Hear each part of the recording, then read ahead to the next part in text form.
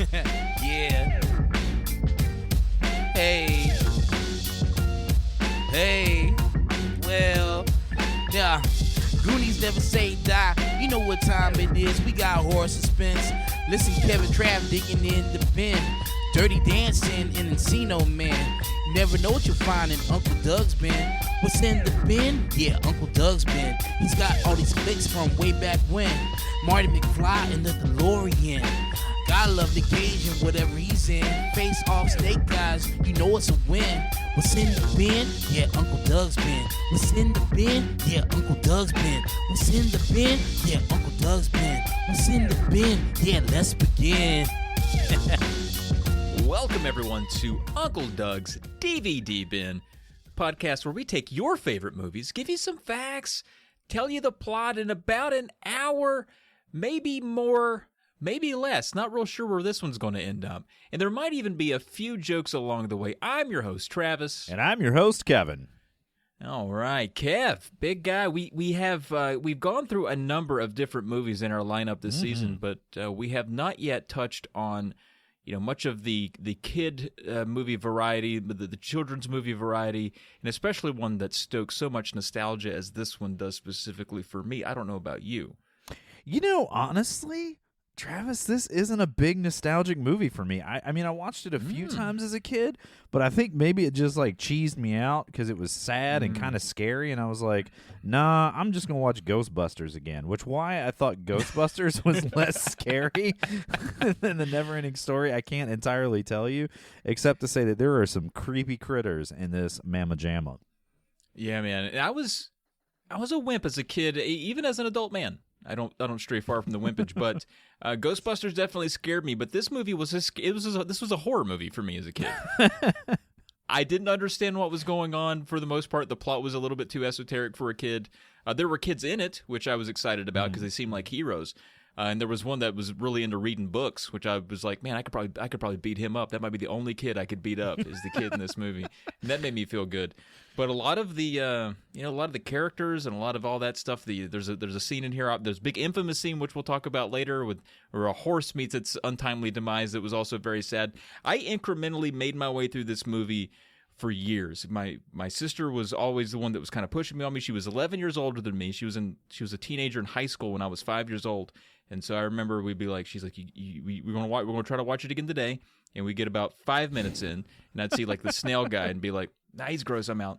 And then we'd wait a little bit longer. Maybe we'd see the rock biter guy. I'm like, nah, he's too big and too scary, I'm out. And so for years, we finally got to the end. And I remember being 19. I was like, we made it, we did it. You were 19, Travis? That's wow. Finally. And she was like, if I'm not good at math, but she was 47 when you finished it, right? She was a grandmother twice over by the time I got through it. Yeah. For me, as a kid, and again, I feel bad this isn't one that I'm hugely nostalgic about, but it was like scary parts interspersed with a whole lot of boring.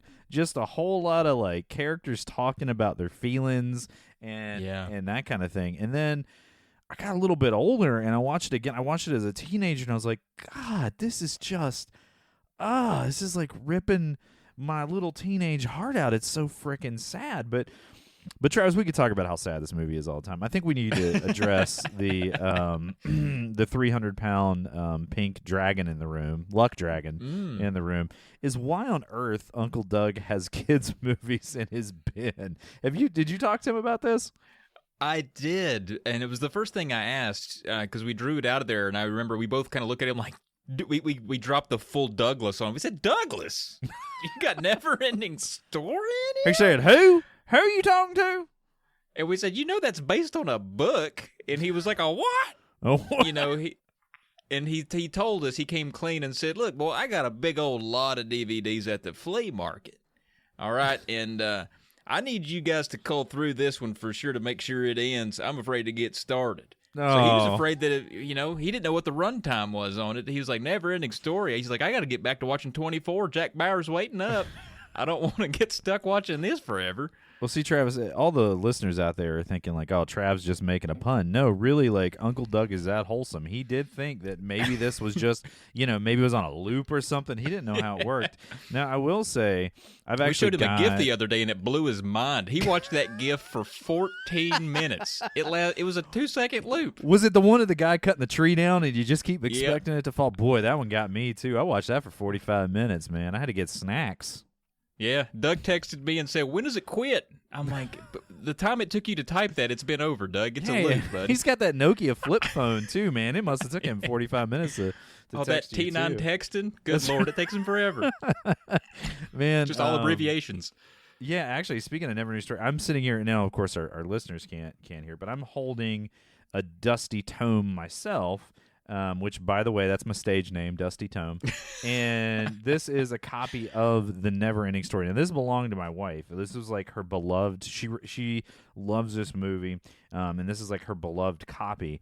And I'm looking at this, and this is a kid's book in a paperback with tiny font, Travis. And this goes on for. I'm gonna crinkle the pages so people know I'm really doing it. Yeah, 400. In fact, it goes to 445 pages, but the 445th page is not numbered. So the last numerical page is 444, but there is text on the other page. As you can see, Travis, you will vouch for me. Wow. 445 pages. For a kid reading this, good God, that is a never-ending story.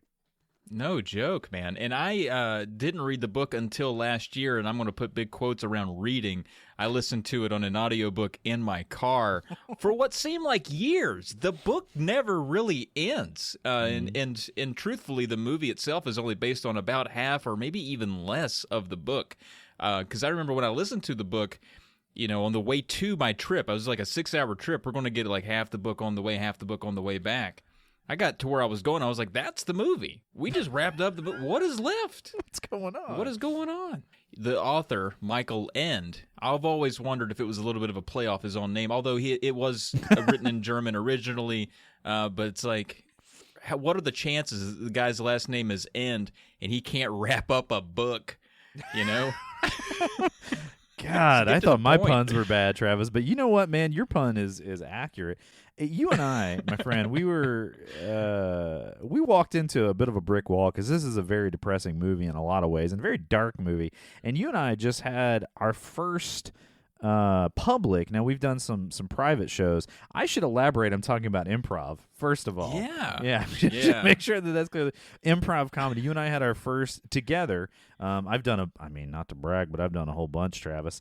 But our first public improv show together yesterday. As of recording, it was yesterday. Now, that's something, Travis. We were riding high, feeling good from that, and then we walked into this depressing movie. I know, man. I mean, 2 years ago, if you're listening to this, was when that show was. I don't know the release date for these episodes, but no, Kevin, to do as many as you've done, I thought you'd have been better at it by now. But no, it was pretty good. No, it was a pretty good show, pretty good live show. I mean, it was a sellout show at a small venue. It was my first time, and I got to say, it felt pretty good. It felt pretty good to make the yucks in front of some strange folk. I'm a bit of a newcomer to that scene, but I think I'm already addicted. I can already see that this is going to be something I'm going to stick with for a long time. And so I was riding high from that. It was, home all day kind of telling my wife, I'm like, and then this other scene we did this, and this other scene we did that. And then I show up here tonight with you, and we just watch just deep, thick, muddy sadness for almost 100 minutes. Yeah, no kidding, man. You're still in the stage of your relationship where your wife will like tolerate you talking about improv. I've been doing it so long, my wife, like I'll start talking about it, I'll look up, she's just gone. Like she's taking the Nintendo Switch and she's sitting in the yard just playing away, not interested in the yard. Man, I thought we had a pretty good show. I mean, we we sold out. It was a smallish venue, but it was one of their bigger shows that they've had, so felt really good about that. And we were kind of helping. It's a local kind of coffee shop, cafe, focusing on. I will shout them out. Versus is the name of the place. Yeah. Shouting out. Great venue. Great. Had a lot of fun. Trav, what was your highlight of the show? What was the thing that you were like, yeah, that's I like the way that worked? Oh, my favorite part, 100%, was the part that you stayed up late angry about, which was the early ending of the show, which I thought I thought that was the most baller improv move I had ever seen, because I was like, all right, Kev's bringing the show to a close. Kev's usually our host, our MC. So he typically is the one that interfaces with the crowd and explains the games that we're about to play and all that stuff. And leading the crowd around, he's got them by the ear. And then right before our last game, which I'm personally not a fan of, it's one where it's kind of like a rotating jukebox where you have to go out and sing songs. I don't know any words to any songs. I've always made them up, and this holds me accountable, and I don't like that. Kev just says, you know what, crowd, we're out of here. That was it. Thanks for coming. And he gets called out on it. Somebody's like, no, we got another game, Kev. We got another game. And Kev bounces back and be like, I'm just kidding. We got one more game for you guys. And I was like, damn, what a master, that Kev. Yeah. Bouncing back. Yeah. Out of the shadows. Let me tell you what was going on internally. I was like, son of a bitch. Our co-director called me out. I was like, what are you doing? Just let this die a terrible death. We've been funny. Let's leave. And then I was like, no, Kevin, you have to try to make this funny because you've screwed up. It's your problem to fix it now. So I kind of tried to throw in a few zingers there, man. It worked out all right. It mostly worked out okay because you guys kind of had my back and rolled with it a little bit. Well, I mean, you guys didn't have my back in that you all called me out in front of an audience of people. But that's fine. That's fine. But you guys have my back. Deep down, I was on your side. I was like, we can actually close this out if you guys want, because this next game is my nightmare. I don't want to do this. Yeah, man. But you know what? It went really well. I did. We all make mistakes. It happens. I'll tell you my favorite part, Travis. You were doing a game called Lines, and in that game, the audience just basically writes lines on a piece of paper and puts them in a bin. You guys will pull them out, and periodically during a scene, you'll pull out one of these slips of paper from your pocket, and you'll use that line in the scene and have to incorporate it. Well, you pulled out a line, and you said something, and no one laughed but me. Like, I was off to the side of the stage, and I started laughing, and you just threw me this scowl, man. You were like, oh, like threw an angry look at me for laughing at your joke. And I was like, what is going on here? Like, how am I getting the hate for giving a good laugh at my old Trav pal over here? I know. I shot you a look. I don't know. I think I was still a little bit in character, but also like, really? Only Kevin's going to laugh at that? That was pretty good. It was good. I don't remember what it was, but it was good, buddy. Well, hey, I just want to take a moment to say congratulations. You've done some shows. Now those were, as I said, like we kind of did some warm-up shows private for like friends and family, that kind of thing, invite only. And this was your first, like, just anybody off the street could walk in and see a show, and that's a big milestone, man. It's a scary thing to like get up there to maybe make a mistake and get called, or like have to think that moment on the fly and try to fix something. So you did a good job, man. I'm proud of you. Good job jumping in there, Trav. And you had some great jokes in there, by the way. I appreciate it, man. And since none of my friends and family came to our friends and family shows, this actually just felt like a regular, like the other one to me. I was like, still strangers, still doing it, still trying to stay afloat. But no, I appreciate that. It was a lot of fun. I'm looking forward to many more. Well, if our release date was yesterday, the release date for the film that we're covering this episode, which is NeverEnding Story, as I'm sure you gathered from the title, but I'm going to say again, just for the sake of being thorough. Now, it was released on July 20th, 1984, directed by Wolfgang Petersen. It was written by Wolfgang Petersen, Herman Weigel, based on the book by, as you had mentioned, Michael End, which was, I believe, in German. I'm almost 99.9999999. Get it? Yeah, percent sure. I do get it. Thanks, do get it. Man. Yeah. That's all that improv skill that we were just talking about, right? Starring Noah Hathaway, which I think he was also in Flight of the Navigator, which was one of those movies I'm super nostalgic about. Barrett Oliver and Tammy Stronach. I think I said that right. I tried to say it German. If it's not German, I do apologize. And then he didn't get a credit on the website that I looked on, but one of my favorite actors, Gerald McRaney, is in this. Shout out to some major dad action. He was on the TV show Jericho. Just one of those guys that with like can just pull off the gruff, overly masculine character that makes me feel like I'm disappointing my father all over again. I just absolutely love what Gerald McRaney brings to the table. So he was in this. Now, Travis, that covers, when it was released, who did it, who participated. Now, you, in our last episode, had set forth a challenge for yourself I don't know if we can call it 6 Degrees of Kevin Bacon, because Kevin Bacon wasn't in Texas Chainsaw Massacre. So we're gonna call it from here on out. And we'll spitball names, but I'm gonna call this segment of the show 6 Degrees of Texas Chainsaw Massacre, even if we're not doing Texas Chainsaw Massacre, just to remind us where we came from. But you're gonna try to connect Texas Chainsaw Massacre to the NeverEnding Story via actors, just like the game 6 Degrees of Kevin Bacon. I thought this was one heck of a challenge, man. What did you come up with? Yeah, I got a few things. One thing I do want to point out, Noah Hathaway not in Flight of the Navigator. Shut the front door. No, I don't know what the link is between that those is two. Twice I've been called out on being wrong in the last 2 days. Who was it? Do you remember? Or in Flight of the Navigator, which I still love that movie. I think his name was Joey Kramer, and he got arrested for robbing a bank in 2016. Shut up. That is way more of an interesting story. It really is. Yeah, that poor guy. He's in prison, but in a Canadian prison too, so he's probably out of prison. God, Canadian prison's probably better than just living in the U.S., right? I think so. At least they get health care. I think they just send them down here. But anyway, I do have a connection here. So we haven't described any of the characters just yet, but there is a character in the movie, Teeny Weeny, who's from a certain sector of Fantasia. He wears a top hat. He's a cute little fella. And the actor that portrays Teeny Weeny, his actual God-given name, or maybe it's a stage name, but his name is Deep Roy. Deep as in like shut up, like where Jaws lives, in the deep, and then Roy. Just okay, hold on. Probably your dad's name. Deep Roy. I swear that's gotta be a name from like a stag film from the 70s. Gotta be. 100% Deep Roy. Yeah, I mean, his IMDb says he was born in Nairobi, Kenya, but I'm going to say that's probably still not a Nairobi, Kenyan name.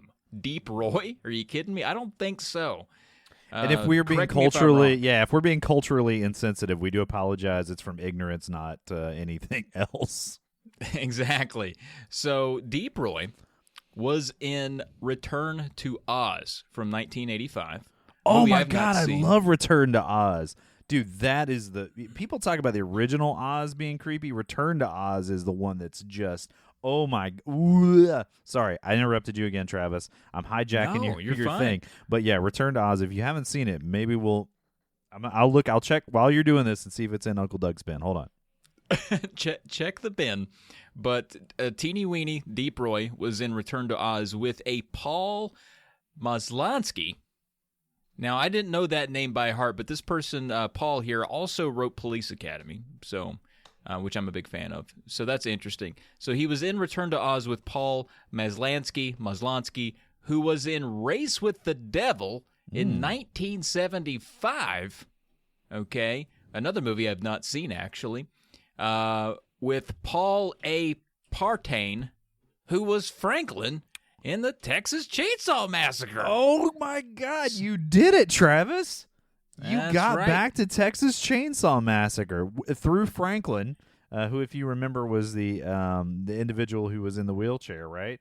He was the brother? Yeah. Yep. Holy moly. I am super impressed that you got back there. That is, did you have to do sort of like one of those diagrams with the different pictures and the yarn going from push pin to push pin? Yarns, push pins. I smoked 3 packs of cigarettes, and I've drank a whole thing of bourbon. That actually explains your deeper voice. Your voice is a little deeper than normal, Travis. And listen. I'm not trying to sound weird here, but it's kind of making me a little tingly. This is my third puberty, and I knew it would come somewhere around 36, 37, they said, and here it is. Is the third puberty the lucky one? I feel like it really is. I hope. Because the second one, I didn't get lucky once, so I'm hoping this one brings more joy. Well, you have a daughter. What do you mean you didn't get lucky in your... Oh, you meant luck is in the you know, sort of ubiquitous, ethereal, universal force that guides chance versus as a sexual euphemism. No, I ended up with a daughter. I was very unlucky. What are you talking about? Oh no, Travis. Terry. She's never going to listen to this. This at some point in the future, she's listening to this like, man, Dad was riffing on me, and I was like 2. Gosh, was there nothing sacred to my father? She's 3 and cute, but okay. No, she is a psychological terrorist, and she should be stopped. I mean, all 3-year-olds are really, in a way. You know, that's what true. they're designed to do. They're designed to basically suck the life out of you slowly to gain strength. I mean, it's a circle of life, man. I guess so. She's about to come full circle on it too. But Return to Oz is in the bin, but it is way down at the bottom, dude. It is way down there. I was trying to get it out, and it was sort of stuck to the bottom of the crate. It was just really weird. All right, so before we get too far afield, now one of the things that you do, Travis, for this podcast, in addition to being the master of IMDb, Googling, and 6 degrees of Texas Chainsaw Massacre, is you bring us the hotness in terms of reviews of the film that we're talking about from the internet, and you have done that again today, Travis. At least I hope you have. I have indeed. And of course, we break these down into people who absolutely love it, those 5-star heroes, people that just are blinded by love. And then we do people that are meh, those 3-star folks that just can't be bothered with one extreme or the other.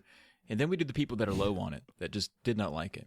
Starting off with the 5 stars here, we have one from Yamil De Lucio. And I'm pretty sure I mispronounced everything but day there. And this is from last July. 5-star here. No capitalizations. Shift key's broken. It's so beautiful. So beautiful. It is one of my comfort movies because it reminds me when life used to be easy and I just thought about magic lands with lucky dragons on it. It's an ode to childhood and everything that you feel as a child, and also a beautiful philosophical story. For me, it is also a very good adaptation of the book. 30 out of 10.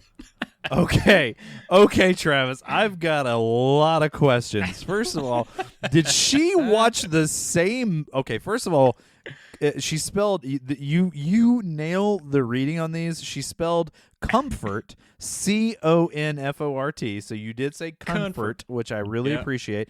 Second of all, did she watch the same movie as me?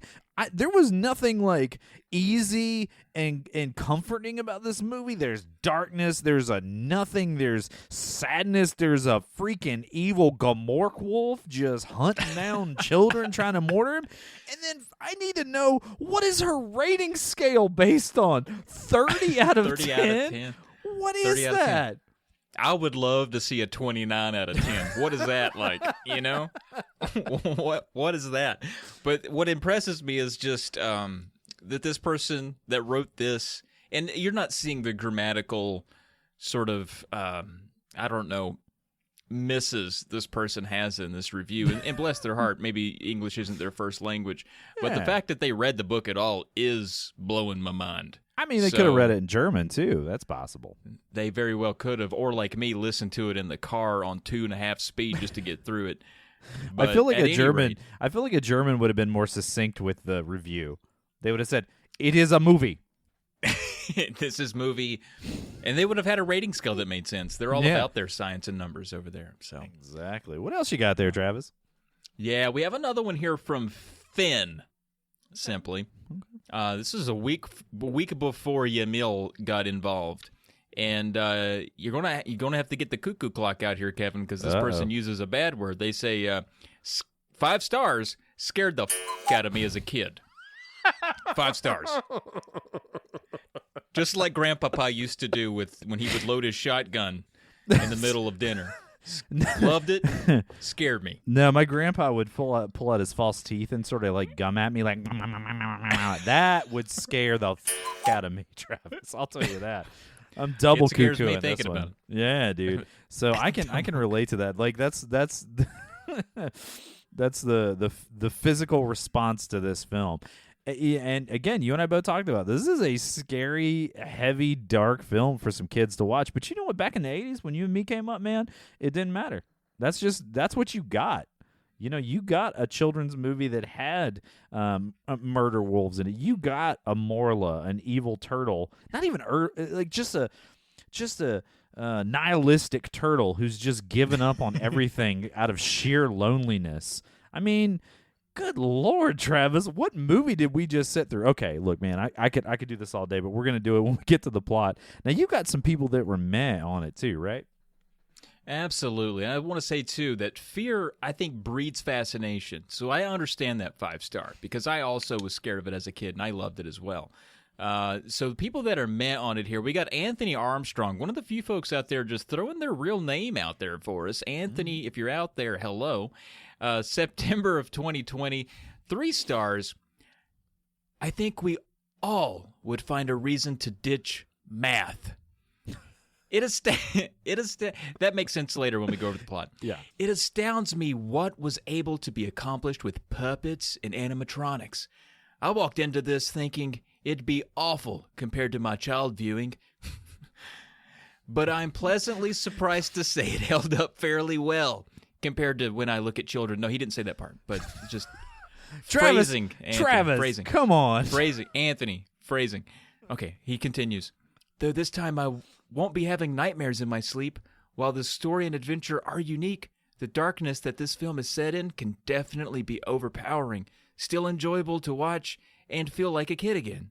So, interesting phrasing by Anthony, but I think I get his point. Yeah. It held up to him. It basically is a different movie when you see it as an adult, but maybe still holds up in some way.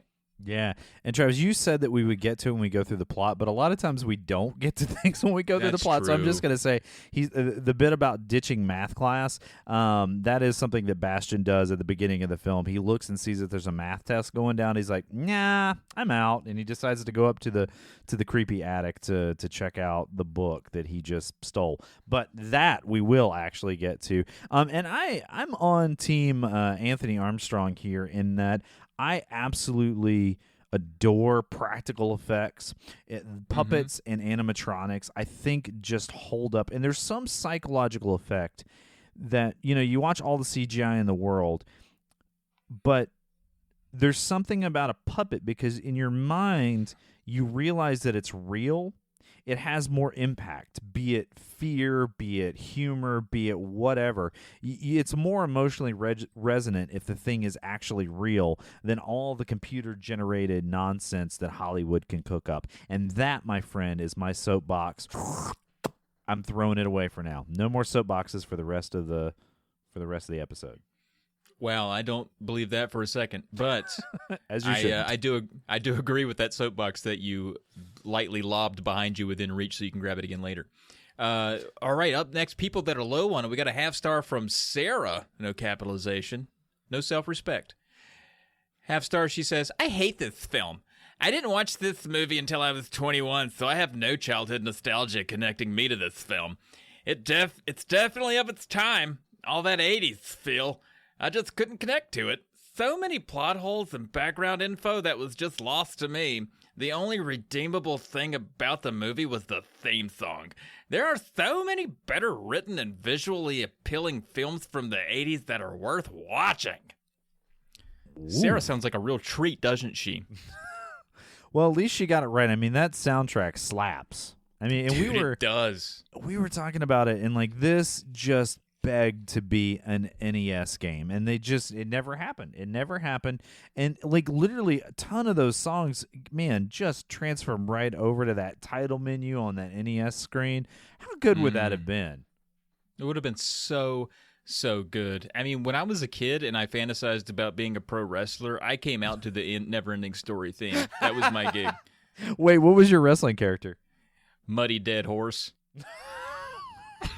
It was pretty sweet. That was pretty scary. You were a super... you killed your enemies with sadness. They just laid down and cried in the middle of the ring is what happened. Yeah. It was better than Phallic Turtleneck. That one got shot down. Yeah, I'm shooting that one down too, man. I can somewhat identify with this. I mean, I watched this as a kid too, but it's just not a nostalgic film or a film that I came back to a lot. I really don't agree with Sarah here on this 1/2 star rating. I think this is, yes, it is a little dated. Yes, the pacing is a little off. Yes, there are plot holes. But, I mean, it is a very pretty film. Like a lot of the shots are just really well designed. Yeah, especially I'm thinking about like the scene where he goes and visits the oracles, and that sort of has this Michael Whalen art-esque feel to it, and just looks really, really good. So there's some just really pretty shots in there. So Sarah, look, I don't want to say you're being a petty Betty, but you're kind of being a petty Betty. I know. And she also strikes me as someone, I don't want to throw shade at the younger generation, but someone who was young. And if you didn't grow up during that era of visuals, so to speak, you might not appreciate it as much as us old fogies. So I get it, but also have an open mind, Sarah. Jesus Christ. Up next, we got a half star from Natalie McNulty, who, again, using their real name, No Fear. I watched this a week ago, actually, and she says, they weren't lying when they said it never ends. It's like, Natalie, come on, dude. It's only 100 minutes. Like, try reading the book. If you want to feel time go by, read the book. 445 pages, Travis, in a children. There are pictures, but not many. Okay, and there is not even one big red dog in it. No, not even one. Dude, is there really pictures in it? Yeah. There's some pictures in it. There's some illustrations. I don't know if this is just the copy that we happen to have, but there are some illustrations in it. Let's see. Let me see if I can find one. Wow, this is super riveting for anybody listening on a podcast. You can cut it out, and make it sound snappy, like you just found it right up there. Nope. Yeah, here's sort of like a medieval-esque illustration of a lion with the letter N over it, and then sort of a Chaucer-looking like dude. Are you sure you're not looking at the Chronicles of Narnia? That looks like I did pick that up. Oh, no. Oh, no. I got the wrong book. No, that's so, yeah, cool. there are some illustrations in this one. So, yeah. Well, Natalie, I think the movie rolls pretty quick. And maybe I'll point this out now before we keep going. For some reason, when I read the book and then we watched this movie, I had implanted false memories of the movie from the book, and I thought that there were scenes missing. I told Kev, I was like, what about this part? What about this part? So the book definitely adds some texture and some needed filler that the movie just kind of skips right over. So if you do like the book, or if you do like the movie and you do want some of that, I say definitely read the first half of the book for the movie's sake. Now, I'm not saying don't read the whole book. You certainly can. It drags on. But the first half, if you finish the movie portion of the book, it is really good. I do recommend that. No, I've never seen the sequels to this, but my wife said they're really bad. So maybe at some point I'll have to watch those. Oh, you've seen them? Okay. All right. Yes, they are not good at all. They seem like they lost about 85% of the budget on those two sequels and then split it between two movies. It is not great. A lot of cave scenes for some reason. Well, Travis, you and I, my friend, we're not concerning ourselves with those sequels. We are jumping into hip deep muck of the movie that is the NeverEnding Story. Now, young Sebastian. Oh, wait a minute. It's not Sebastian, is it? Dang it, Kevin. Come on. This is number 3. While watching this, I'm like, this is not The Little Mermaid. We watched that earlier, and we didn't even do a podcast about it. We just watched it because we're grown men and love Ariel. So good, yeah. This is Bastian. Regular old Bastian Balthazar Bucks. That is a mouthful, by the way. Now, he is having breakfast with his pops, Gerald McCraney, who I don't think they bother to name. I think he's just known as Father. Oh, you know what? The very first thing that we see in this is him awakening from presumably a nightmare or not a pleasant dream. So he hops on down to breakfast, and we see him hanging out with my pal, my main man, Gerald McCraney, who is his father. And I dreamed of having Gerald McCraney with a mustache as my father. Alas, he was not. Now, he tells his dad that he sort of dreamed of his mother. And Bastian's father, I think out of all the characters in this, he's the most complicated character, right? Now, first of all, Travis, he is making a breakfast that I can't even describe. He's got a pitcher full of Tang, and then he's cracking eggs and dropping into that, and then he blends it up. So I'm not sure what's with the Tang and eggs breakfast, but that is 100% what he's having for breakfast. He pours it into a glass, And he does that all in one scene, too. Like, that's not like cut where, like, maybe they gave him something else. Right. He literally cracks the egg, puts it in there, blends it, pours it, drinks it, and you watch it. You just watch a man do that. Which, it's insane. I've had raw eggs before. They don't have much of a flavor. So dumping them in orange juice, it probably just tastes like orange juice. But Probably. like mucusy pulp orange though. juice. Yeah, exactly. That weird tangness to it, right? So he drinks that, and then Bastian's having a breakfast. This is what Travis and I do when we watch movies. We rewinded this scene probably 6 or 7 times just to see what everybody was having for breakfast. But Bastian was having one piece of white bread that was not toasted and just squished with butter, and then another piece of bread that had been toasted that had butter spread on it. And then he had Skippy peanut butter on the table, but nobody was eating peanut butter. And Pops rolls on over, sits down with his glass of Tang and eggs, and he says, "Listen, Bastian, I've gotten some reports from the school that you have not been paying attention in class, that you've been drawing horses." And Bastian corrects him and says, "They were unicorns, Dad." And his dad's like, "Huh? Say what?" And he's like, "Never mind, Dad. Don't worry about it. You don't even know what a unicorn is." And Dad wants Bastian to get back to the swim team, which I believe that Bastian didn't even know how to swim, and that's why he was having trouble with the whole swim team situation. But we'll let that slide. We'll let that go for now. And essentially, his father imparts to him, "Listen, son, you're the ripe old age of 10 now. You've got to mature up. You've got to get your head out of the clouds, and you got to get serious about life," which is a weird way. See, this is the difference between us kids that grew up in the 80s and kids that are growing up now. You know, if a parent dies now, they'd put you in therapy, they give you counseling, they actually help you process your grief and trauma. Back in the 80s, they just said, "Stop drawing the unicorn pictures, get back on the swim team, and drink your Tang and eggs." Am I right, Travis? I know, dude, and I kind of get where Dad's coming from. I mean, he just walked downstairs and tried to commit suicide by putting raw eggs in Tang, and then had to watch his kid mutilate a piece of Wonder Bread by smashing butter into it, and then realize that you said you want to get horseback riding lessons, but you're afraid of horses. All you can think about is unicorns, like. You don't have a mom. I want to remind you of that, son. You just have me. So, I mean, you're going to have to get it together. Maybe on the way to school, don't get bullied and go do some math because life's going to be hard. Oh, 100%, 100%.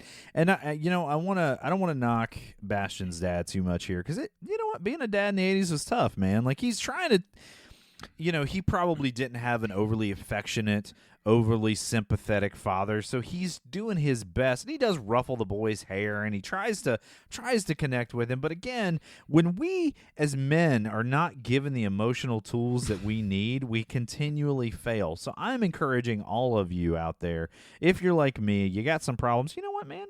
Get some counseling, get a little therapy, man. It'll help you work through it. Now, what you can't work through, though, is some bullies that harass you on the way to school. Now, Bastian is heading on down to school. He's got his what appears to be maybe an Army surplus book bag, but it's not a bag. It's a handbag that maybe looks like luggage that you would do as like carry-on to an airplane. I don't know where this kid got his book bag, but, I can kind of see why he stood out to the bullies. So they start to chase him. They're harassing him. They want his lunch money. They get him down the alley, and they toss him with Bastian's help. Now, you can see, and again, this is kind of I don't know if it's necessarily a stage combat thing, but you can see Bastian sort of crawling over into the dumpster as the boys sort of pat his back. But you know what? Again, a little bit of stage combat can go awry. So he ends up in the dumpster. He pops out. He's covered in straw. Yeah. What is that, Travis? We're in the middle of Manhattan. I mean, I know they got a few what do they call law enforcement horses, some law enforcement horses down there, but I don't think that they're just throwing away all that extra straw. So he pops out, and I guess they tried to make it look a little bit like garbage, but he was none the worse for wear. Pops out, but then he just gets chased again. Yep. That was the damnedest thing about it. He should have hung out in there longer. Yeah, he should have. Travis, I don't mean to overshare on this podcast, but I seem to continue to do so.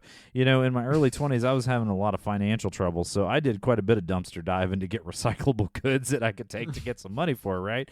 And I'll tell you this, if you come out covered in anything, it ain't clean straw. I'll tell you that. So Never just is. put that in your gray matter and let it stick. So anyway, he ends up getting chased by the bullies again because dumping him in the trash once wasn't enough. They wanted to make sure he stayed in there. So they start chasing him again. Now he ducks into a bookshop owned by Carl Conrad Coriander.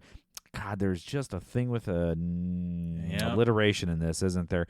And Absolutely. he walks in. It appears that this bookstore, even though being able to afford what I think is Manhattan real estate prices, has no discernible inventory order whatsoever, nor prices on any of the books.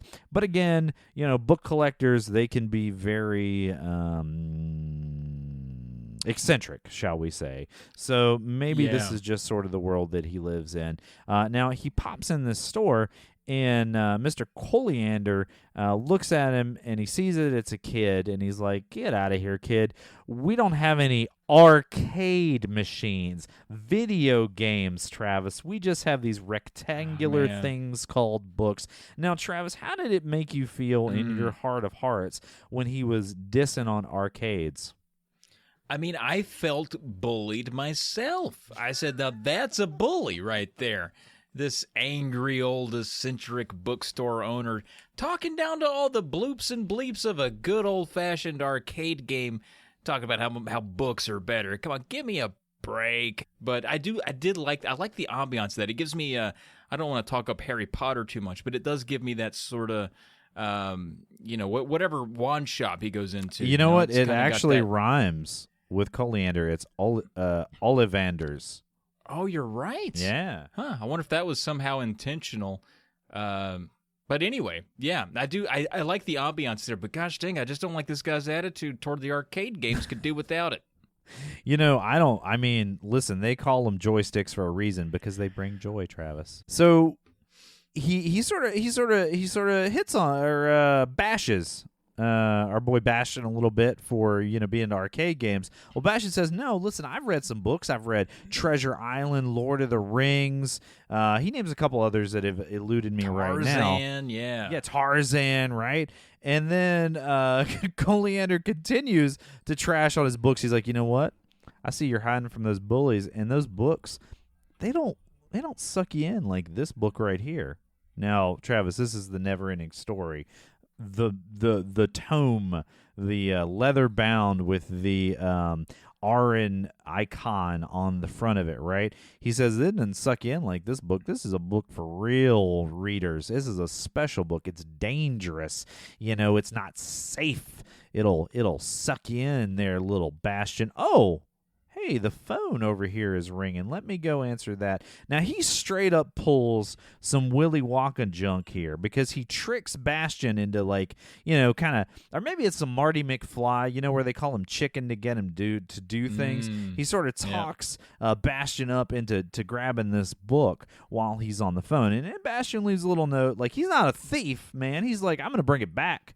He's more like a borrower without your permission rather than a thief. And so he grabs up this book, he heads out, but then we get a little look from Coriander as he sees that the book has been taken and Bastion has it, and he's happy about it. Like he sort of led Bastion down the road and manipulated him into taking the book. Now, Travis, what do you think that means? I mean, he's thinking, wow, that kid's in for quite a trip when he gets into that book. Heck, I bet he only reads about half of it. That's about all I could get through, and that's about all we made for this movie. But I tell you what, that first half's going to suck him right in. He's going to enjoy it. He's going to bring it back. And this is just me. I'm not well versed in the lore of the NeverEnding Story, but I feel like the book goes through a series of custodians. And each custodian has to pass the book on to the next custodian in order to keep the story afloat. So that's the side story or the objective that I have created for coriander in my head. Now, Bastian, he takes this book. Now, keep in mind, he has a book bag. He elects not to put it in there. He shoves it under his shirt, and he looks real stupid doing so, but that's what he does. So he shows up late to school, and you know what? We are going to include the fact that he decides to dip out on his math test, as we all want to do. So he sees there's a math test going on. He realizes he's late. He realizes, man, I've got the opportunity to sort of dip out on this. So instead of doing what you and I would have done, Travis, which is to head on out of school, head over to the Wendy's, get a Frosty, maybe some of those French fries, and then go over to the arcade, he says, no, I'm going to go hide in the school's attic. Now, Travis, this attic really throws up some red flags for me. Oh, me too, man. First of all, my school, I don't even think it had an attic. I was just trying to think. A lot of public schools in my area just did not. But if it did, and let's say I discovered it and I went up in there, I would not expect to see just tons of skeletons.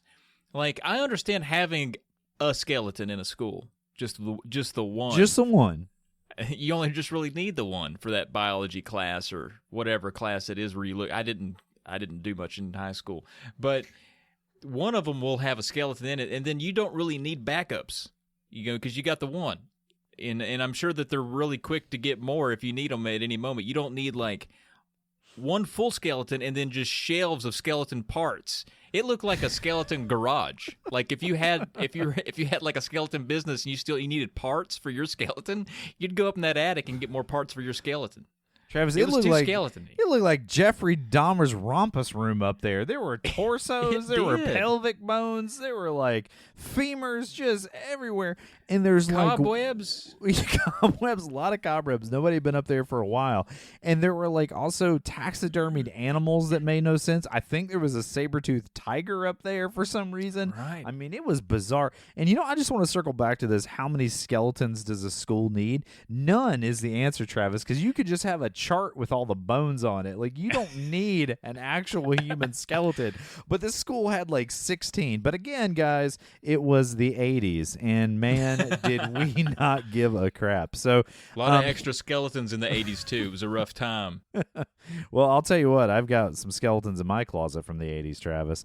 But oh my. Yeah, zinger right there, wasn't it? All right, so he ends up opening up the book. He decides, I'm going to hang out in creepy attic here and I'm going to read this book. So this is where we get sucked into the book, and we're in a dark wooded area. There's a little voiceover sort of narration as he's reading, and we hear like this crazy crunching, smashing noise. We think, oh, this is a bad deal. We see Night Hob and Teeny Weeny, who is played by Deep Roy, who is both Snail Guy and I'm just going to say Bat Guy, because why not? Yeah. They're hanging out in a camp area, and the loud crashing noise ends up being my favorite character in the movie, Rockbiter. Good Lord, do I love this character. He is literally, if somebody says, hey, do you want to watch a NeverEnding Story? Rockbiter is the only reason that I do so. So he shows up on his Rockbiter motorcycle. He stops just short of just destroying everyone and running over them. Because, by the way, Travis, he's like 50 feet tall, okay? He's giant. He's basically a mountain.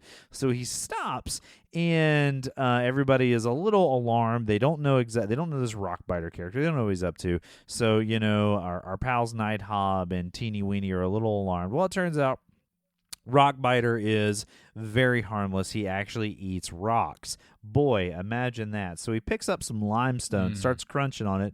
Turns out he's not entirely harmless, because crumbs off of that rock, basically 90% of this rock just flings outward in every direction as shrapnel. One even hits the poor racing snail that I believe Teeny Weeny was riding on. That was his particular mount.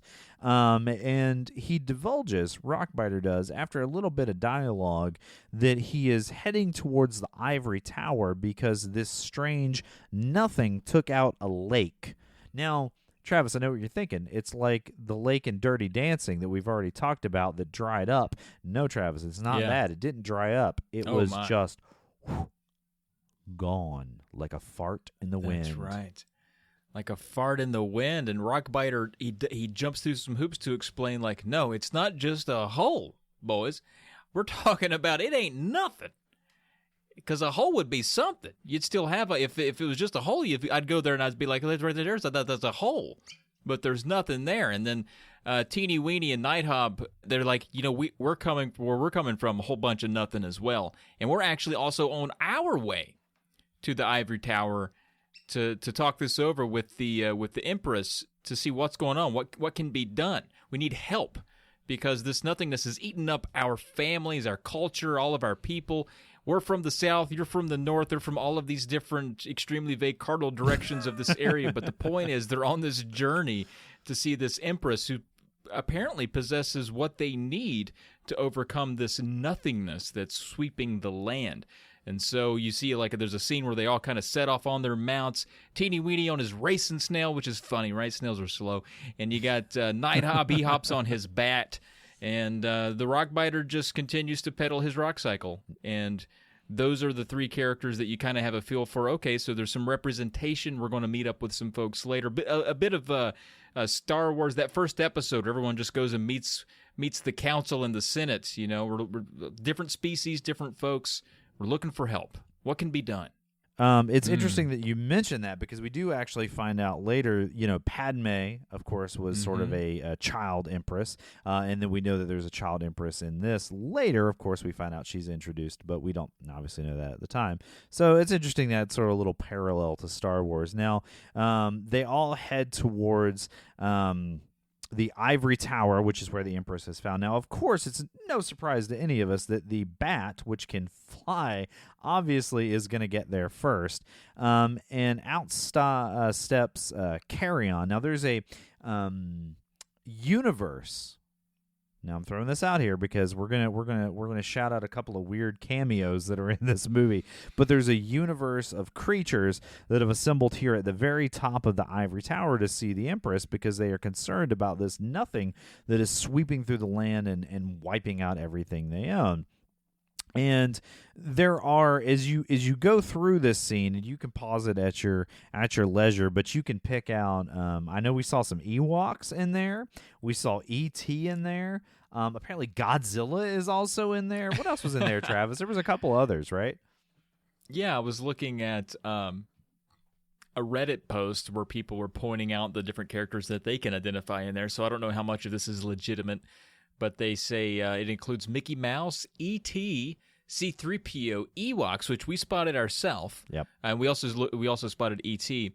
And then some other comments here that say there's also Gumby, Pokey, and then Godzilla and Dumbo. And so, you might have to squint pretty hard to see all of them in there. But if you do want to see some Ewoks, lower right. They're right down right. there. Yep. And then E.T. is in the upper left. They're sort of, if we're doing cardinal directions here, that's where you're going to find those.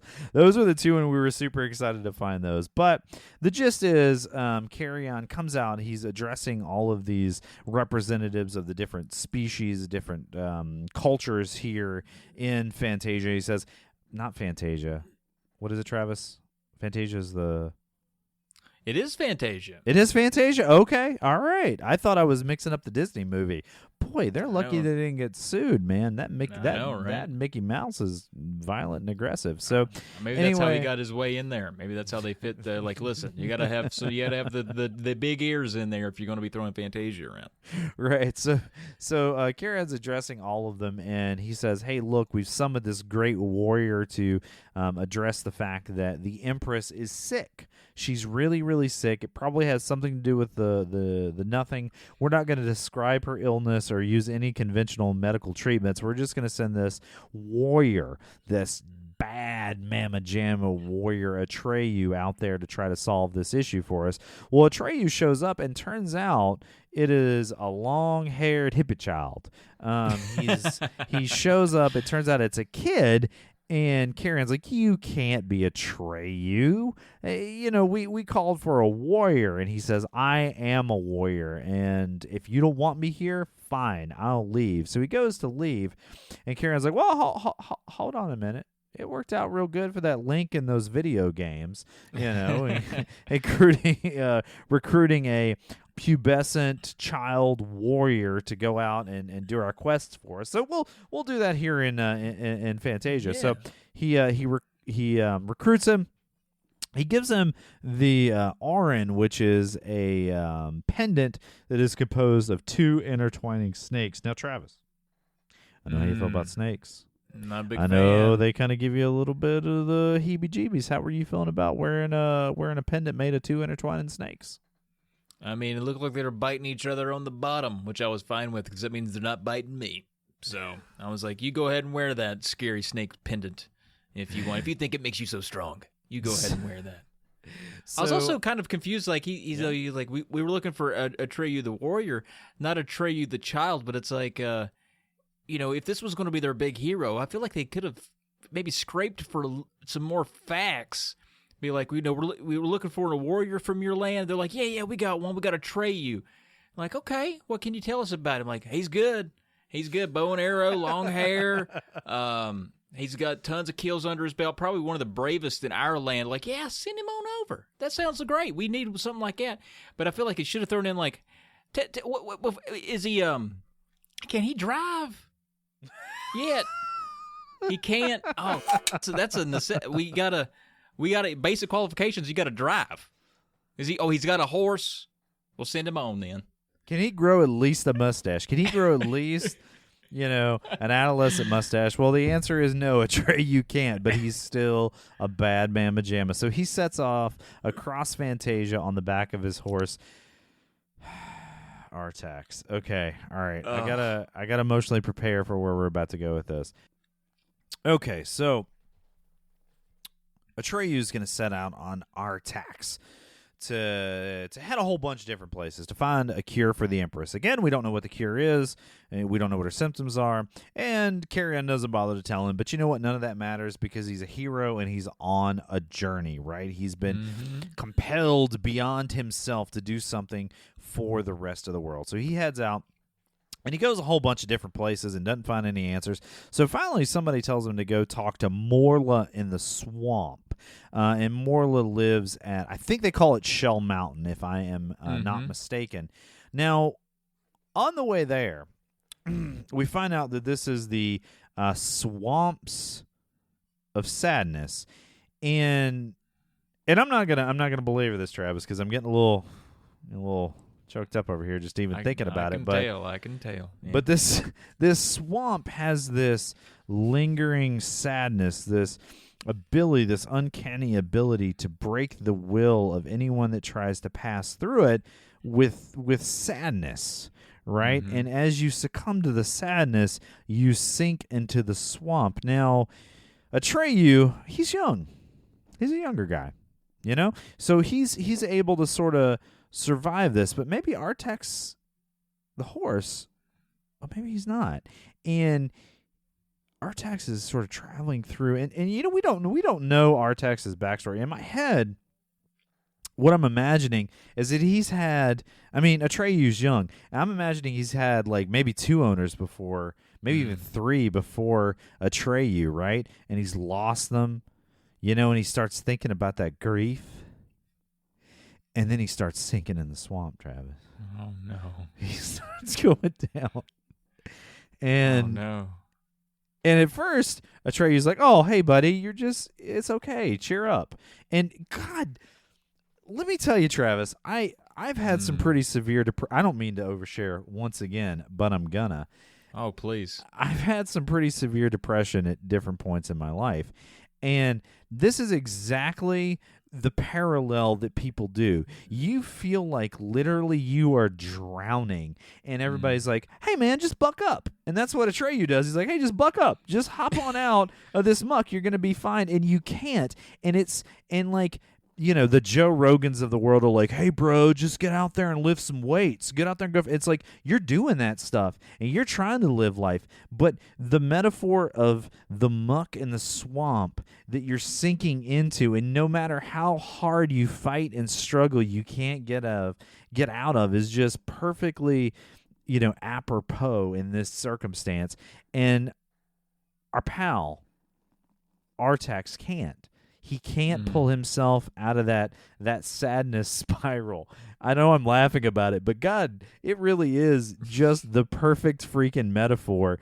And again, the reason that us kids from the 80s and 90s are so fucking screwed up is because literally the movies that we watched, our beloved horses drowned in sadness. Okay, so that's what happens, man. I mean, I'm not going to pull any punches here. He just sinks down into the sadness. Now, it was early too. Like they don't even give you a ton of time to just fall in love with the horse. Like you're just kind of like, oh, look, a pretty horse. That must be Atreyu's horse. They're having fun out there just romping around looking for answers. Oh no, is he not going to get out of the swamp? I remember that was me. Because I had a really weird kind of a Blanche Devereaux accent when I was a little boy. I said, oh no, is he just not going to get out of that swamp?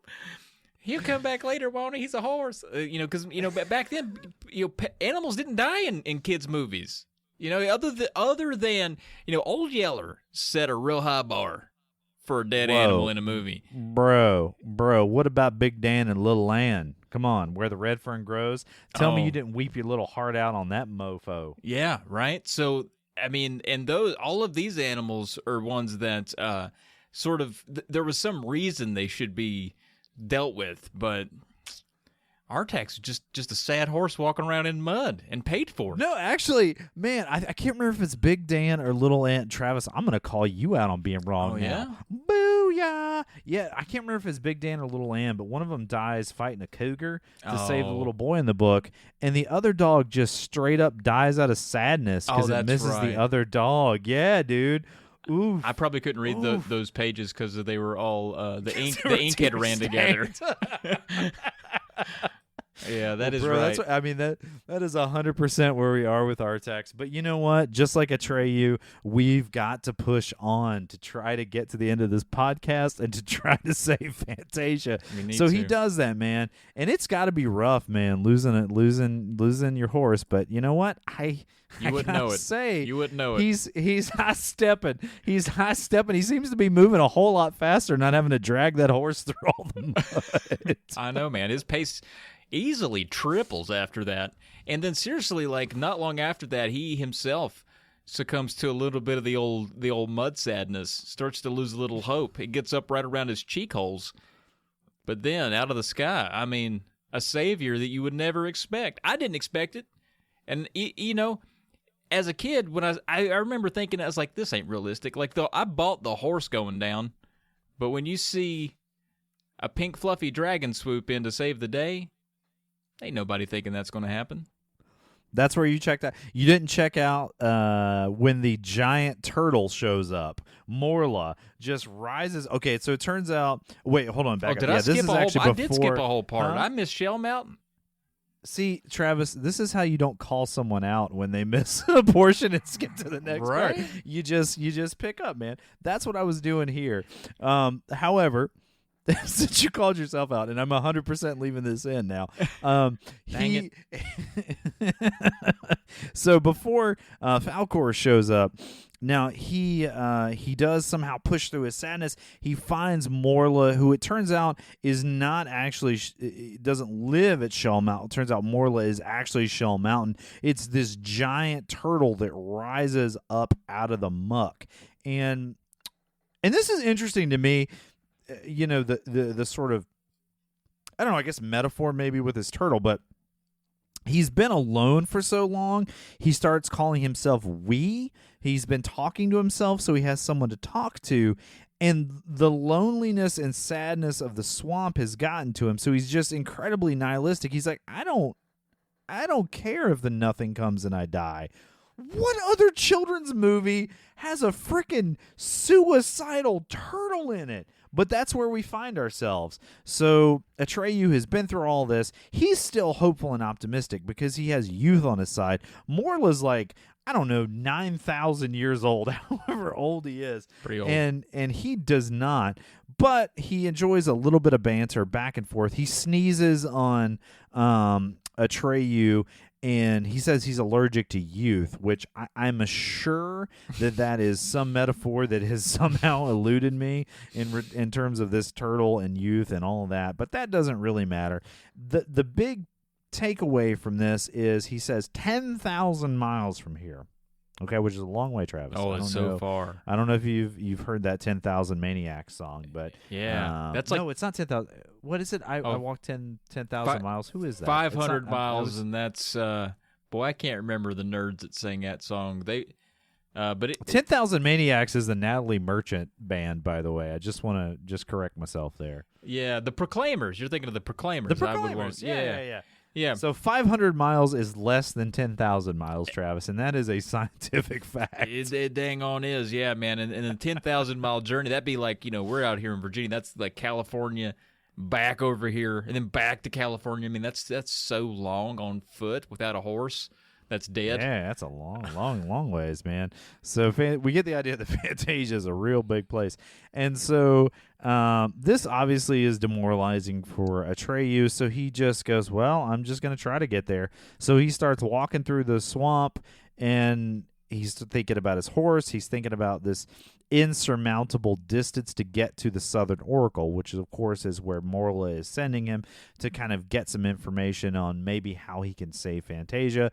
And he starts to sink down into the swamps of sadness. And like, even the optimism of youth can be swallowed alive by the swamps of sadness. I just want to throw that out there. So as he's trying to get there, we start getting this like cross cut of this wolf creature sort of closing in on him, which we've seen some glowing eyes in the dark in the past, and we get the idea that this wolf creature's, it's not friendly. I mean, it's not bringing him some a moon pie and an RC cola, if you know what I'm saying, Travis. It's coming to do some harm. No Tang and eggs. So it's no Tang and eggs from this this wolf.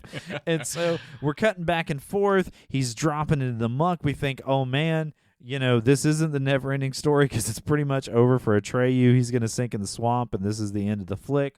Well, our boy Falkor swoops down, grabs him out just as, and I'm going to throw the name out there, Gamork, the evil wolf, is trying to grab him, pulls him up into the sky, and Atreyu wakes up 9,891 miles along his path to the Southern Oracle. Now, Travis, you're a big Falkor fan. Oh, huge. I mean, if anybody I know, you got like 6 Falkor tattoos and a stuffed animal sitting right next to you right now. Yep. Tell me a little bit about this scene where he wakes up next to Falkor.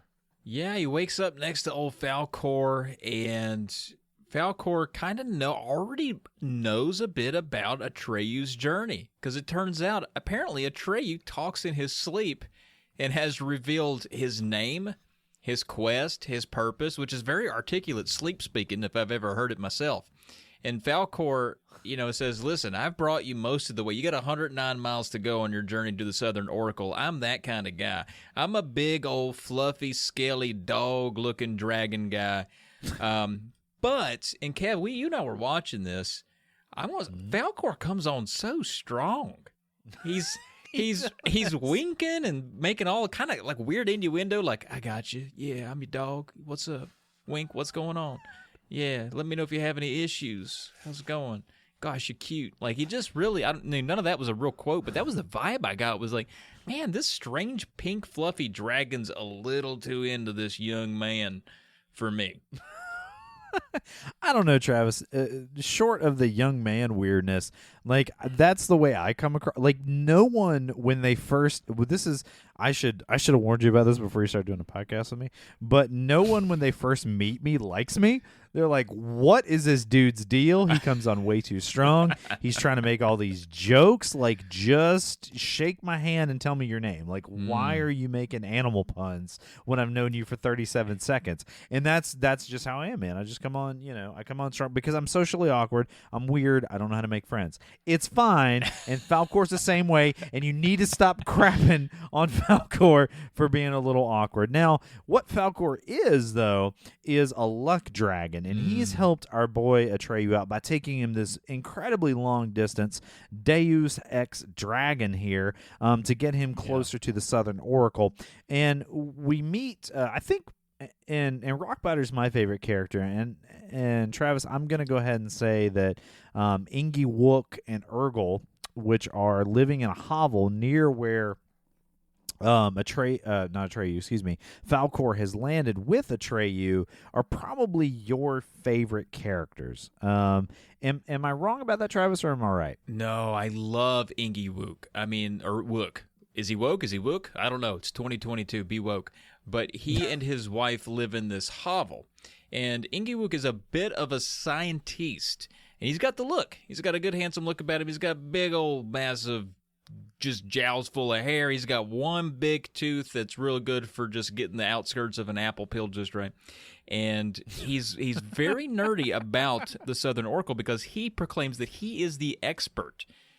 And he has a telescope that you can peer through and show you the gateways that'll get you there. There's 2 big gateways, 2 big old scary full-breasted gateways that Atreyu must march through to get there. But they're not just regular old gates that you just use a key to unlock. No. These are very scary. And actually, I remember this was also another part of the movie that as a kid I would get to and be like, all right, I'm going to nope out of this. These are pretty scary. So like Atreyu, I didn't have the confidence to get through them, which it turns out that's what he needs.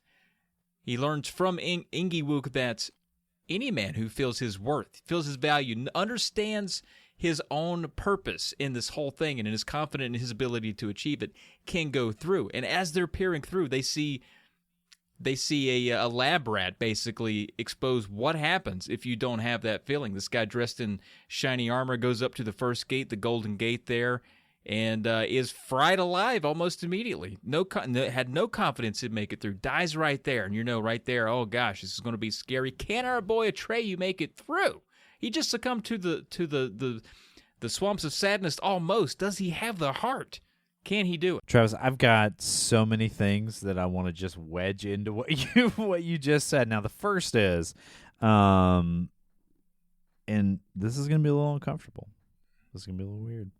There's going to be some listeners out there that are like, how dare you say something so insensitive upon the grave of Artax? But Atreyu was moving much better after not having to drag that horse through the swamp. And then he upgrades and gets a flying dragon. Okay, look, I'm not running down Artax, who we could both agree is amazing.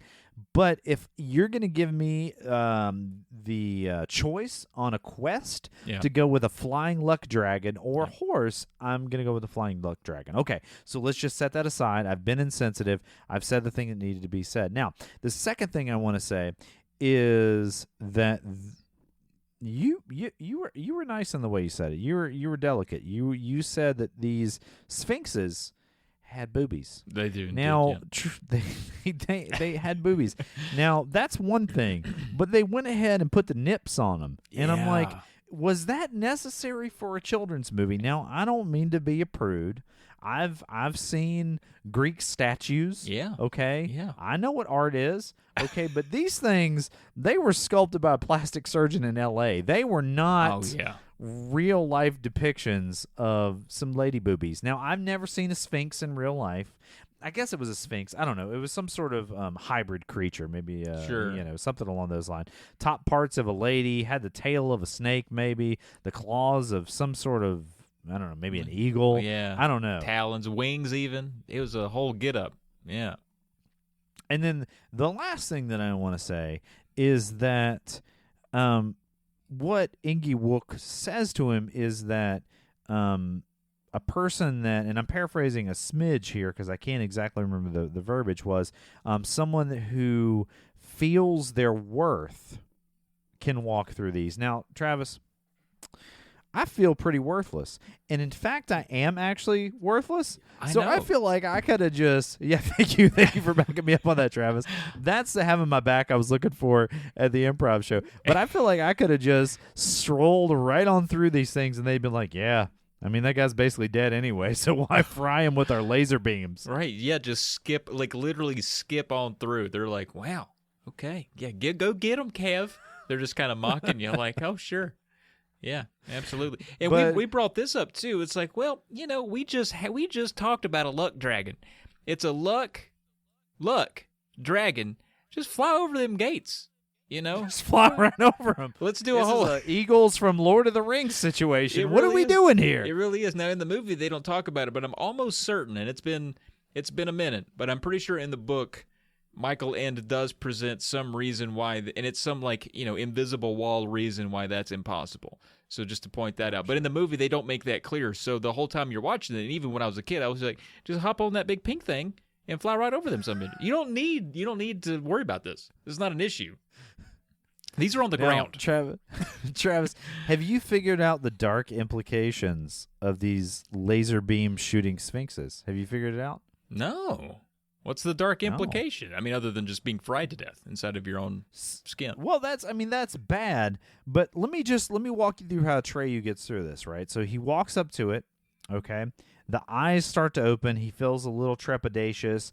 They shoot the lasers. He rolls through, and he gets through. Now, we're talking about someone who has the confidence of youth. When he's talking to Ingewook, he says, "Yeah, I'm just gonna walk down there and walk right through it." He hops down the mountain. He goes down. He knows what he's signing up for, and he thinks he's just gonna walk through. And yet, he has the confidence to try to walk through these, and they try to shoot him. Now, he manages to evade it with his youthful reflexes. Now, the thing is, Travis, if you call back what I said earlier, I said you can go through if you have the feeling of what your worth is. Now, he thought he was worth something when he was walking through there confidently. Turns out he wasn't. Yeah. And that's why they shot him. If he had just felt like a miserable failure, which we find out that Atreyu actually is, because he fails to save the entire kingdom of Fantasia, he would have just walked through there. That, my friend, is the dark implications of those darn sphinxes. Now, we're moving a little bit forward. Ingewook is upset because Atreyu didn't take time. Now, he's made it through. He's made it through these two laser sphinxes.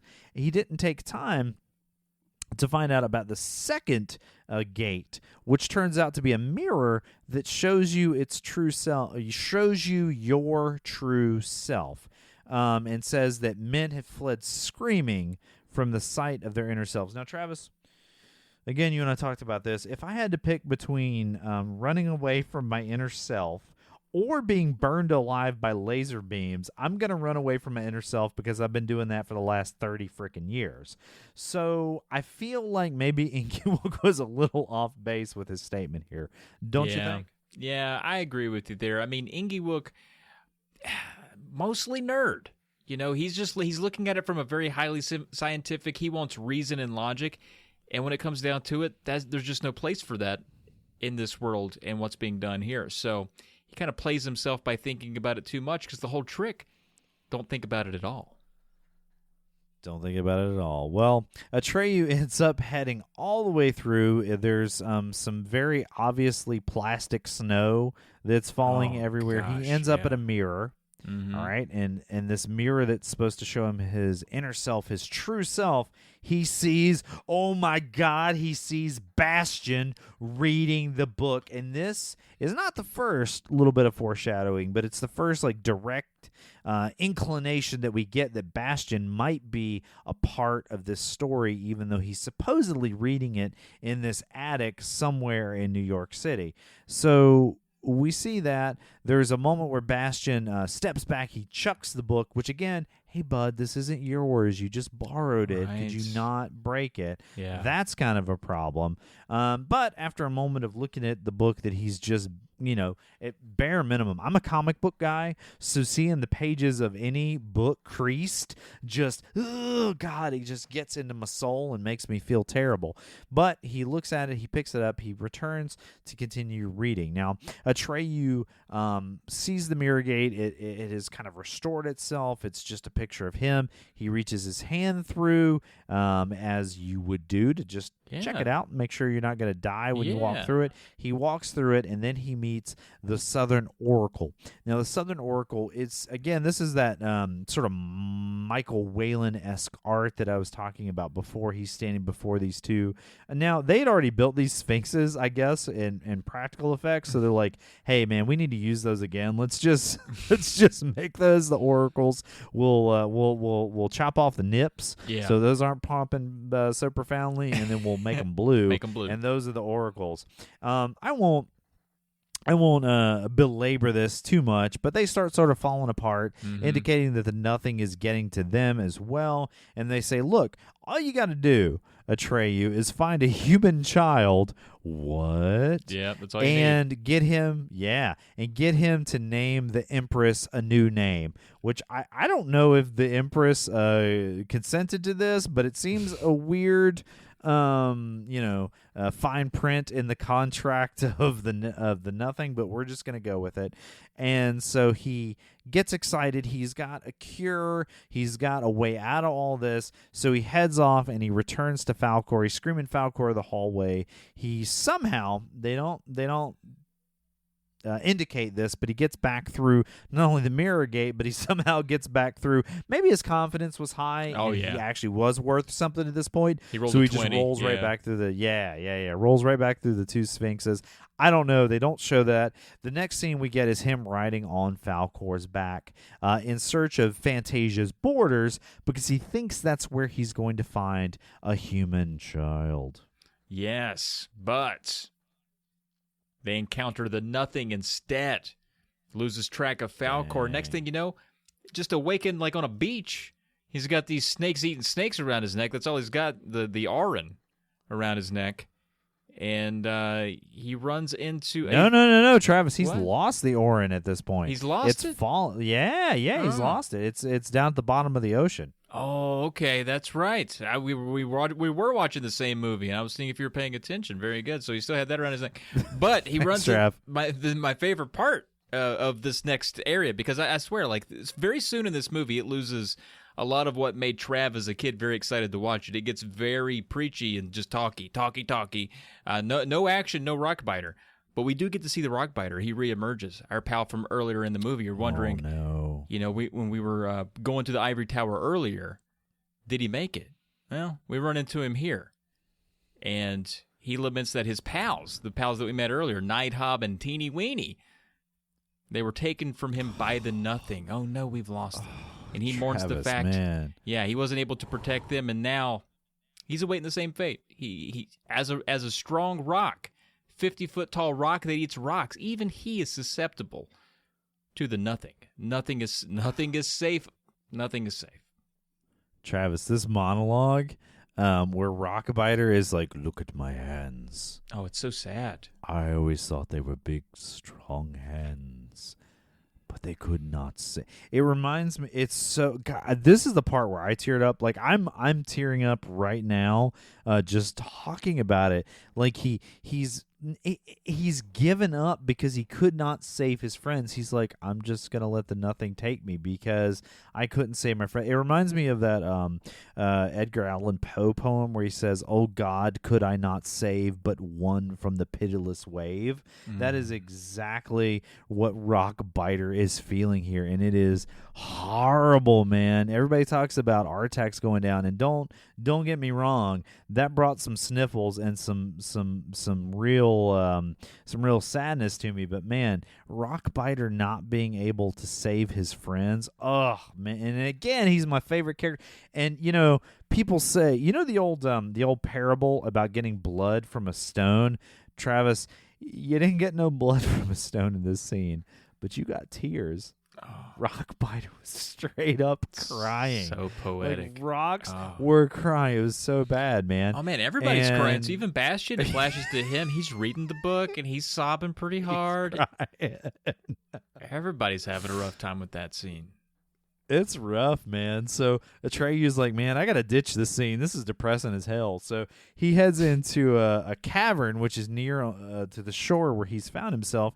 And he walks in and he sees these cave paintings just depicting his journey, which I can't imagine how creepy that is. It was like that time I came over to your house, Trav, and I just saw all these like weird still photos from like hidden cams of me just doing stuff around my house. Like that time I made falafel, or that time that I was like rearranging my sock drawer. Like you just had those on the wall. So that's what Atreyu is feeling here. And that's just my sense of humor. I was like, Kev will get it. Kev's gonna get it. I He'll didn't. laugh. I didn't, Trav. I didn't get it. I was a little man. alarmed. Yeah, It was a hoot. Dude, my beehole was puckering a little bit. I thought, like, this is where maybe I where it thought is. I said Kev's the kind of guy that'll get this kind of thing. And so I just appreciate the links that you went to pull that gag off, like putting I cameras in my house and stuff, dude. That was amazing. I know it took a So while. anyway, it take a while. And so Atreyu's walking through this cavern. He's seeing these like cave paintings of different things that have happened, and then that's when he meets Gamork, who is sort of hidden. Well, it's great how they foreshadow this, but like it would have been better if the foreshadowing had lasted a little bit longer. He walks across a cave painting of Gamork staring at him through a hole in the stones.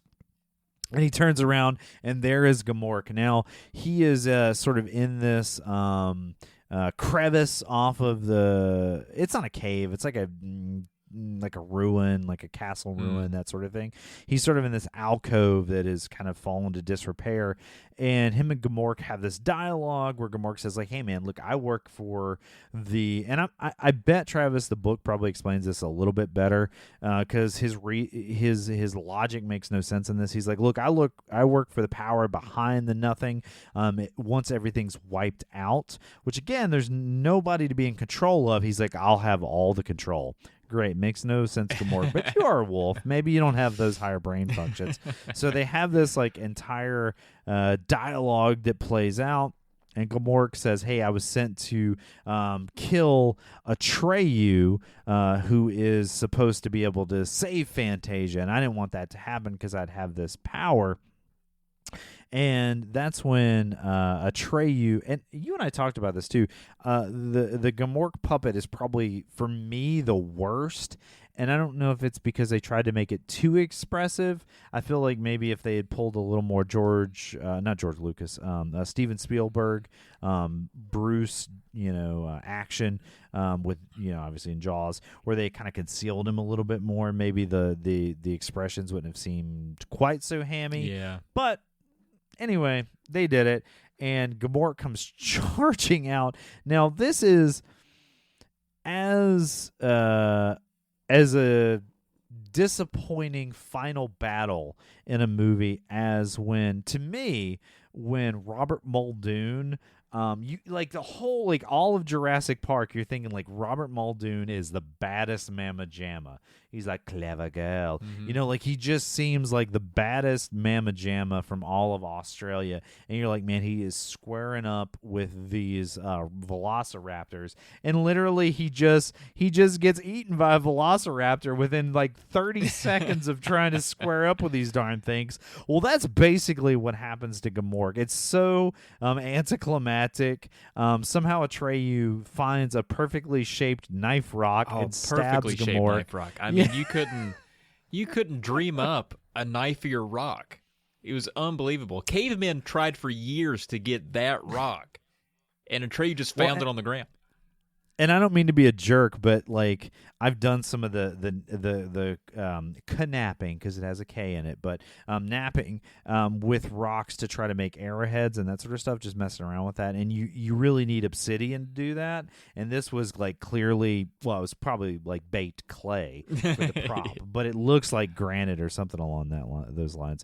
That was the plot hole that bothered me. Nothing else in the magic movie with flying dragons bothered me, but the geology of the rock knife bothered me. I knew that. But anyway, it did. So he kills Gamork, dispatches him. But does he kill Gamork, or does Gamork kind of kill himself? He he sees him pick himself, up the knife rock, and he just lunges at him and takes it right in the old heart. He does. I guess he wasn't he was the anticlimactic boss at the end of the level. Yeah, so it was over quick. It was over quick. And so the nothing is now ripping everything apart. And Falcor, Deus Ex, purple dog dragon shows up. and picks up Atreyu, gives him the Orin back. He's found it down at the bottom of the ocean. And this storm, which again they call it the Nothing, but it's actually something because it has clouds. But that's, Travis, we'll set that aside, is just ripping the world apart. It destroys all of Fantasia. Nothing is remaining. They're just basically out there in space. Again, Travis, space is something. There's like stars. There's, I don't know if you'd call them meteors, maybe you call them moon rocks. I don't know what you call them, but there's satellites, whatever. There are things floating out there in space. There's still something. We're going to let that go. I'm going to let it go. So they're floating around out there, and then they spot the ivory tower, and they're like, oh, wow, it still exists. I've got the Orin. I actually, you know what? I am kind of shortchanging that a little bit. They think like, oh, man, we hope that the ivory tower is still out there, and then the Orin lights up, and then they spot it. So there's a little bit of magic at play there.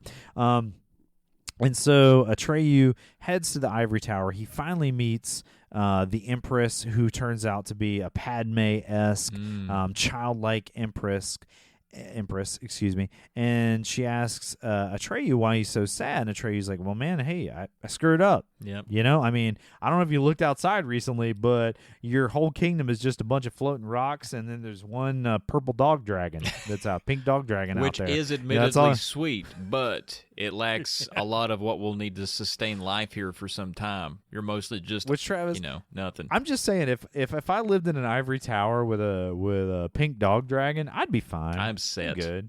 I am set. Nothing else. Yeah, 100%. Well, Travis, man, I'm gonna let you run with this a little bit here. But Empress lays a truth bomb on Atreyu right here at this moment, and not only Atreyu, but lays it on Bastion as well. Yeah, she says, he says that he's failed, and she's like, "Oh, you brought the human child with you, though." And Atreyu's like, "What? No, no." And she says that his journey was necessary because the human child got to follow along with the adventures. Of course, she's talking about Bastion, the kid that's reading the book up in the skeleton closet of the school. And Bastion's reading the book, and then it flashes to real time, and Bastion's reading this. He's like, "What? They can't be talking about me. Just some kid. I can't be in the book." He's going through just this great bit of denial about how he's included in the book, which as a kid I remember reading this part, or remember seeing this part and being like, that is kind of cool right there, being in the book. But the Empress reveals that, the revelations regarding the bullies that have chased him and the bookstore and all of this stuff, this is all part of the story. And then, well, all heck breaks loose. The Nothing has caught up. Tremors are shaking. Things are falling apart. Which, if I'm in charge of the Nothing, I'd be like, hey, man, I'm going to go after that ivory tower first. I mean, that seems like where all the happenings are. That's the Helm's Deep, as they would say. That's the the Helm's Deep. Get a hold of it. Gosh. Wow, I love that Lord of the Rings reference. That's so good. Man, I really love Lord of the Rings. That's what I want to watch now. Yeah. But it's late, and we must finish our NeverEnding Story. So, we get a whole lot of back and forth happens here. The Empress essentially just starts talking directly to Bastion, and there's another level of meta here, Travis. I don't know if you missed it or not, or just don't care. But she says, like, hey, not only was Bastion watching the story of Atreyu, there are others that are watching the story of Bastion, which, buddy, hey, you know what? That's you and me. We got shouted out in this movie. I know, and I love that. I physically raised my hand when it happened just to make sure that she could see me from where I was. Did you do the Bastion? You were like, yeah! Yeah! Oh, yeah. No, you didn't. Yeah, when he's... I know you didn't, because I was there. Rodeo riding that Falcor at the end of the movie with that full-on, oh, it's rough to watch, really. But she needs him to say her name. She needs to be named. This is the important part. Yeah. This is the crux. She says, "Say my name." You know how she gets it. "Say my name, mother." She says that. She's real into it. She was, man, and she's no Walter White asking to be called Heisenberg. No. She 100% wants a normal name.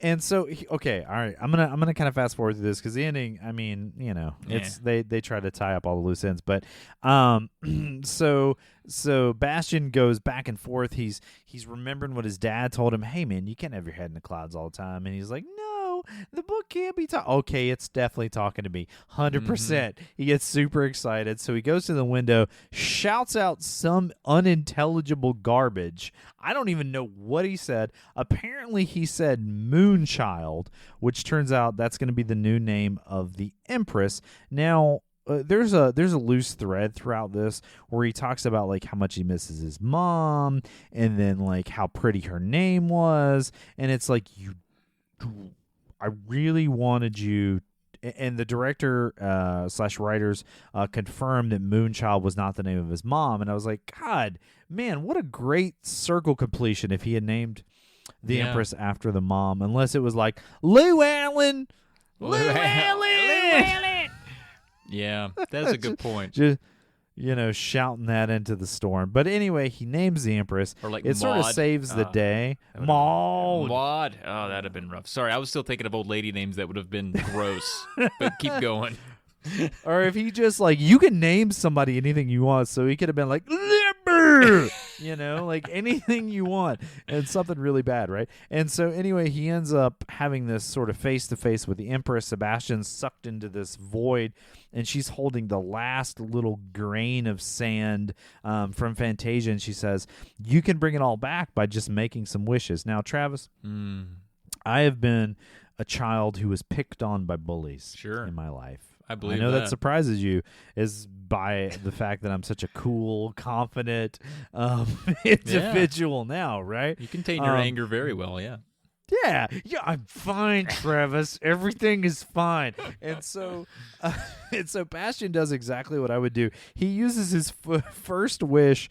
Okay, it's his second wish. Technically, it's his second wish. His first wish is to fly through Fantasia on the back of Falkor, which sounds freaking rad. We get to see Rockbiter again. He's doing good. Teeny Weenie's doing good. Nighthawk's doing good. Artax is back, baby. Atreyu's riding him across the plains.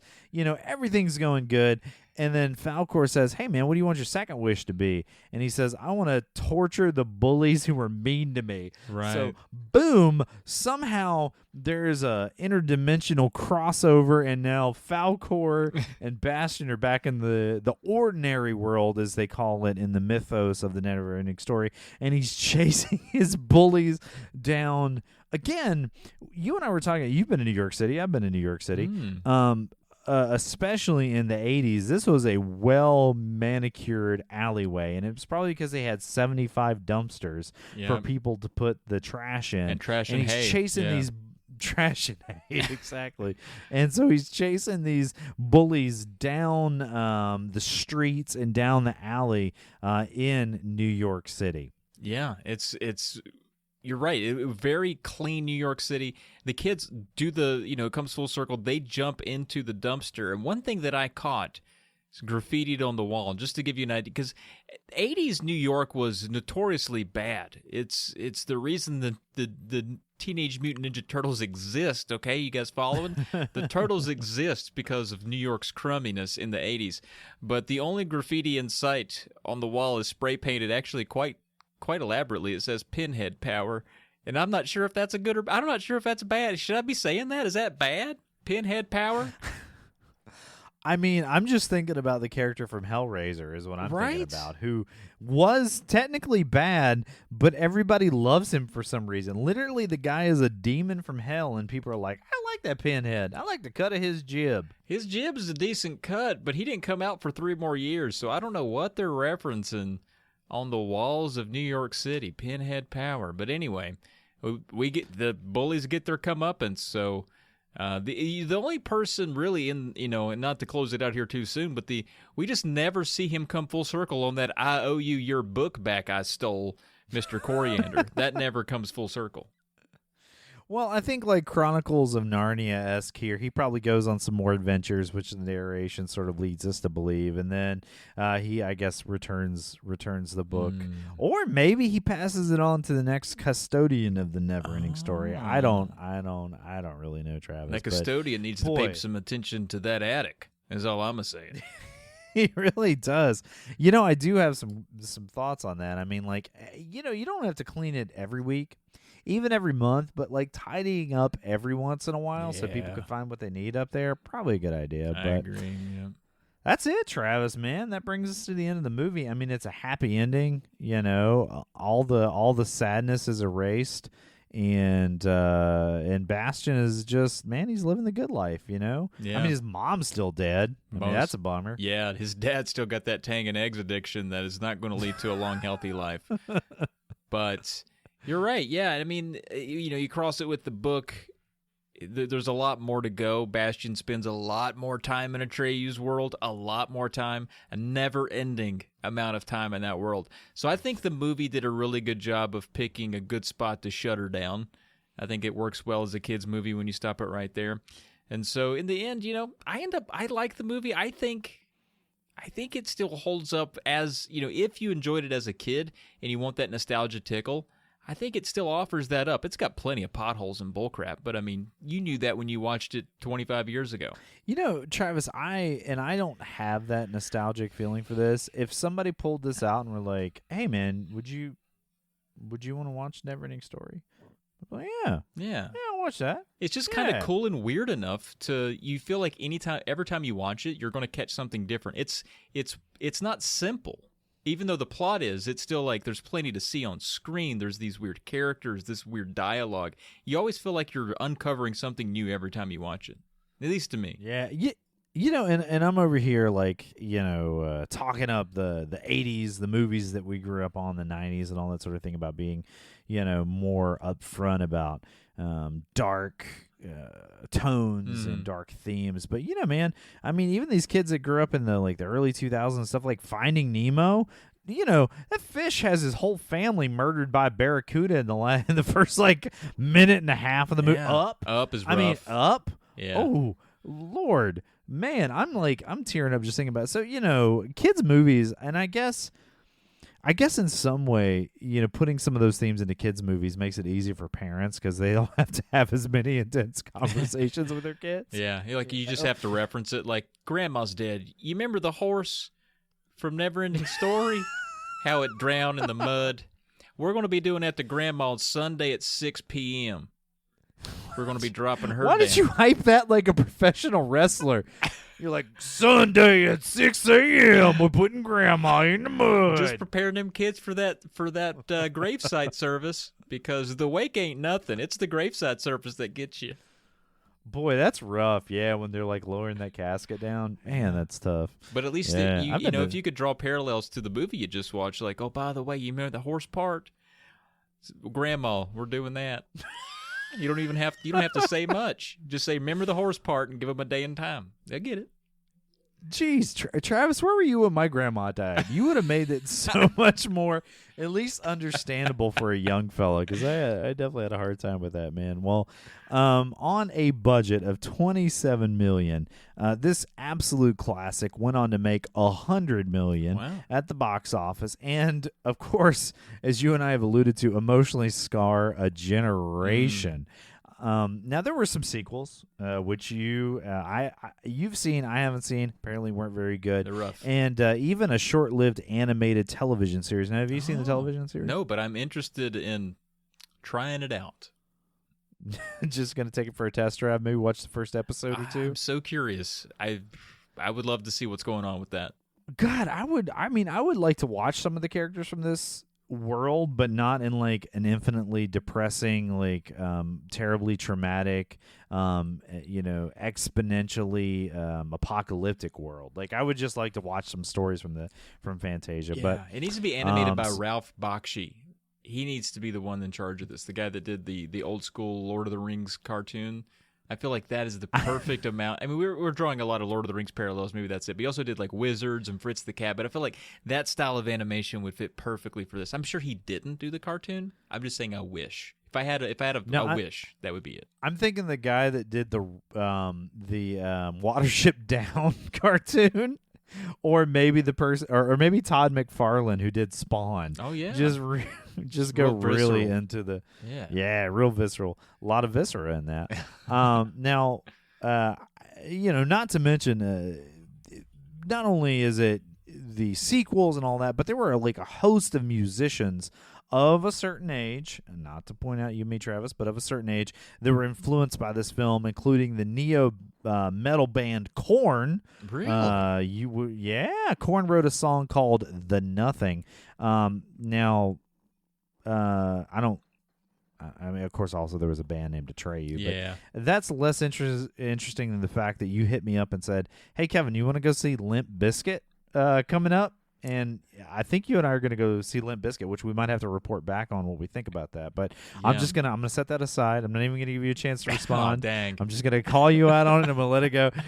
But yeah, so Korn wrote a song called "The Nothing." You had a band calling themselves Atreyu. And man, it really is hard for any of us kids from the 80s and 90s to imagine our childhoods without this film. Like I said, I don't have a huge amount of nostalgia with this, but I definitely watched it. It definitely made an impact on me, as far as being a kid growing up during that time. Yeah, absolutely. I mean, I referenced it a lot earlier, but it really is. There are cemented memories. I can remember the living room, the TV, my sister, who, again, was a bit older than me. I remember being 5, the musty smell of the room I was in. Like, it evokes a lot of sensory memory just thinking about this movie and watching it. So it's always a treat to reflect back on, and Kevin was actually the one that pushed me to go see Limp Bizkit. So that's going to wrap up, I think, this episode here. So if you like what just happened, if you heard that whole thing and you're like, that wasn't too bad, you can find our other shows, and you might like them too. For more me, you can head on over to polymedianetwork.com.